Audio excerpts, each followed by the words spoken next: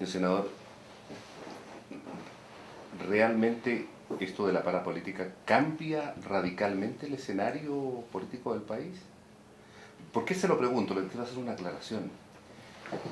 El presidente hasta el día de hoy ha tenido la habilidad, y algunos dicen la habilidad más la suerte, de solventar todo tipo de dificultades con salidas sorprendentes.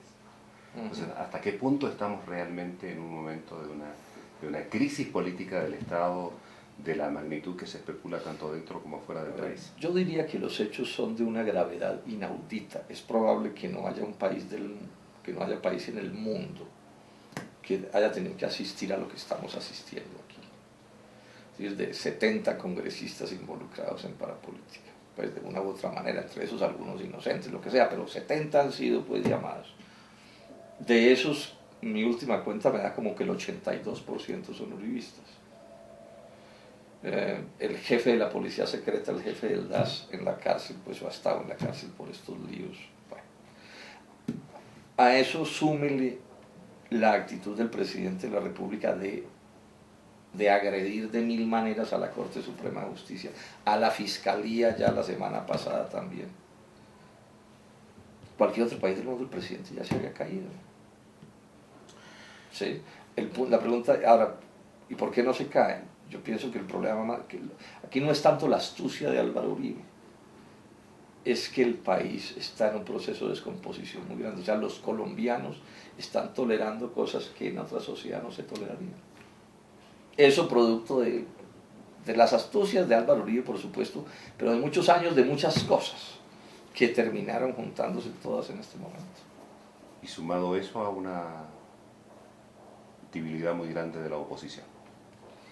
Pero es que yo diría que ante hechos tan graves en otro tipo de país se cae el presidente así no haya oposición. Es que los hechos son, los hechos, yo insisto, hay otro país del mundo que tenga hechos como estos. Respecto de este mismo caso, aquellos que han sido extraditados a los Estados Unidos, ¿es cierto, comparte usted el criterio que una parte de los testimonios y de la de verdad es lo que se ha ido a Estados Unidos?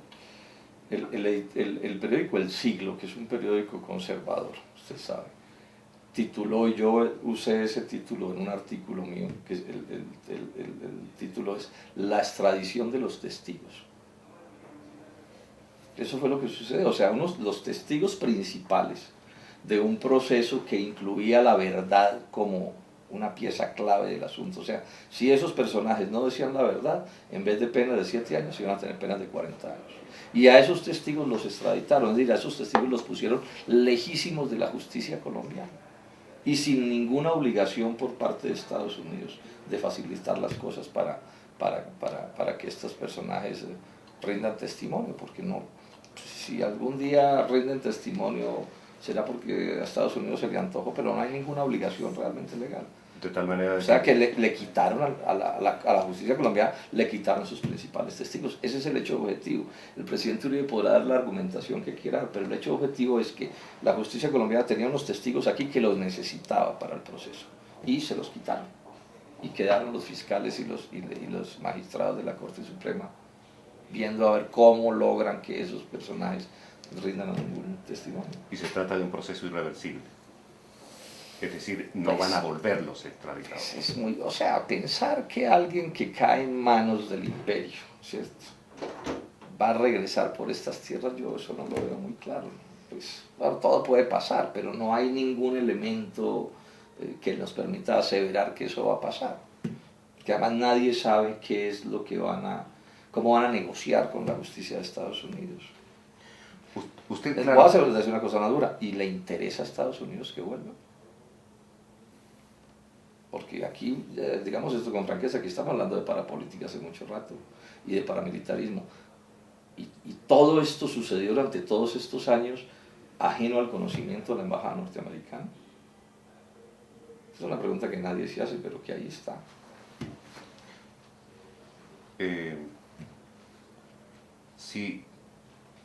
Si este es un caso, como lo llama usted, inaudito, ¿verdad?, que no sucede prácticamente en ninguna parte del mundo, Y claro, por supuesto, yo lo he escuchado con mucha atención en el momento que usted decía, tenemos un problema aquí con los colombianos en general, en el país, la ciudadanía, la sociedad. Pero la popularidad del presidente sigue creciendo. Sí.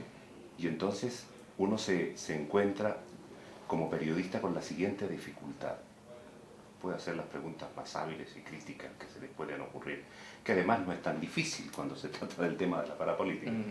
Y se va a encontrar con la siguiente respuesta.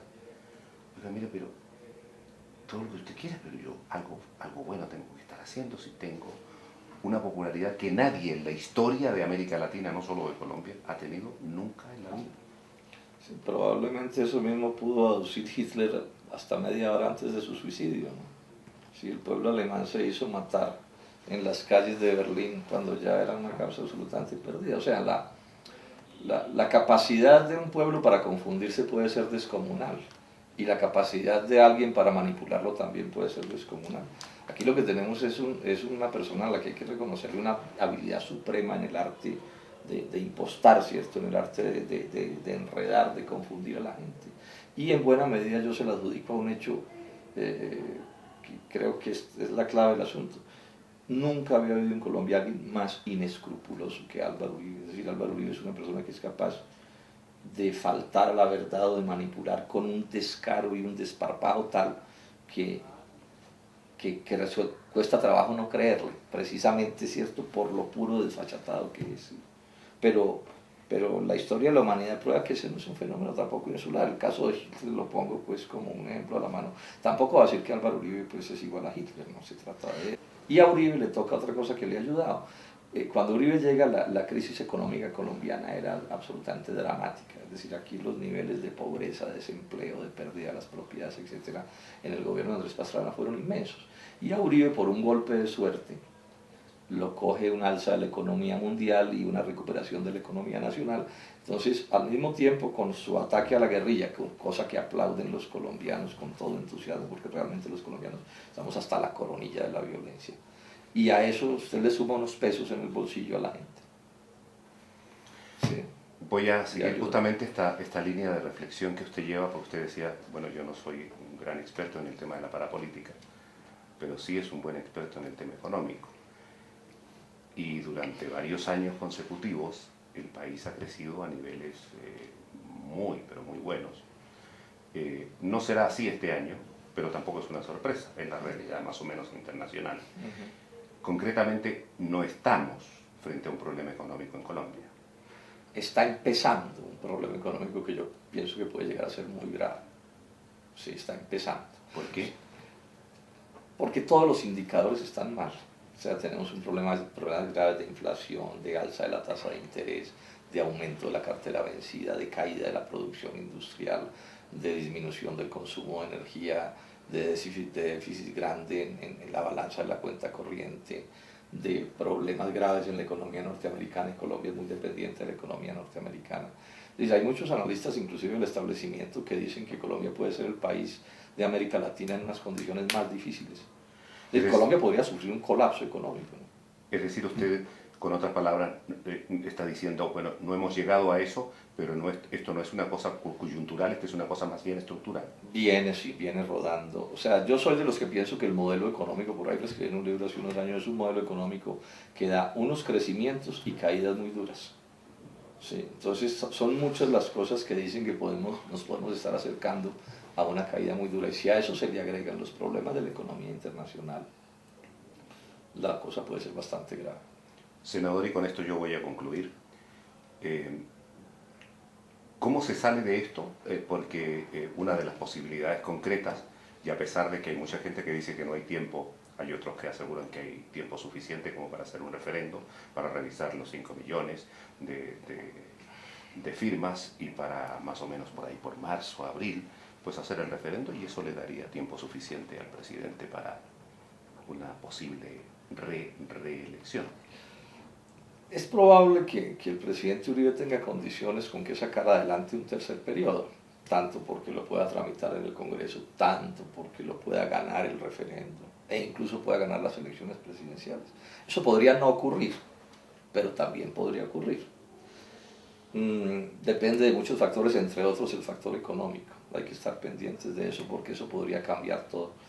Es decir, hacer buena política con mala economía es de las cosas más difíciles del mundo, ¿cierto? Y ahí hay un problema que está creciendo en una economía con problemas sociales gravísimos que Uribe ha logrado, digamos, como amodorrar a la gente, pero aquí hay un problema social supremamente grave. Pero bueno, si logra ese tercer periodo, yo pienso que se introduciría a Colombia en una situación, no sé, iríamos para unos problemas que yo no quiero ni imaginarme el calibre de los problemas, porque pienso que sería absolutamente imposible que este personaje lograra mantener su capacidad de engaño intacta 6 años más. Y aquí fácilmente terminaríamos en un pueblo, en las calles, reclamando el cambio de la tiranía, ¿cierto? Y en una persona del talante de Álvaro Uribe ese día dirá que no importa lo que digan las encuestas, pero aquí estoy, aquí me quedo, ¿cierto? ¿Sí? Y eso podría ser supremamente grave para el país.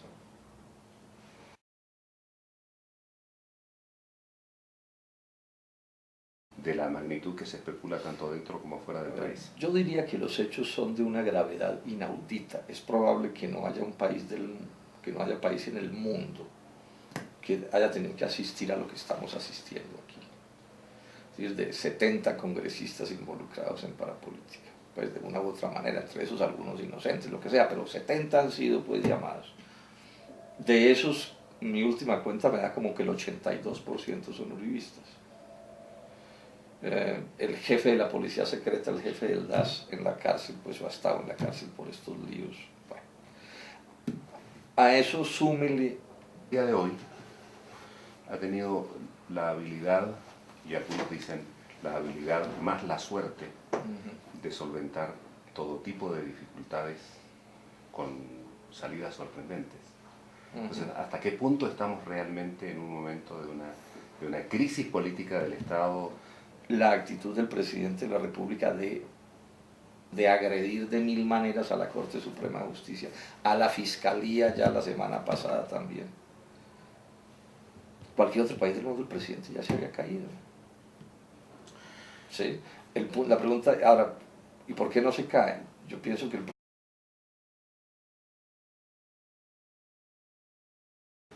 el senador, ¿realmente esto de la parapolítica cambia radicalmente el escenario político del país? ¿Por qué se lo pregunto? Le quiero hacer una aclaración. El presidente hasta el día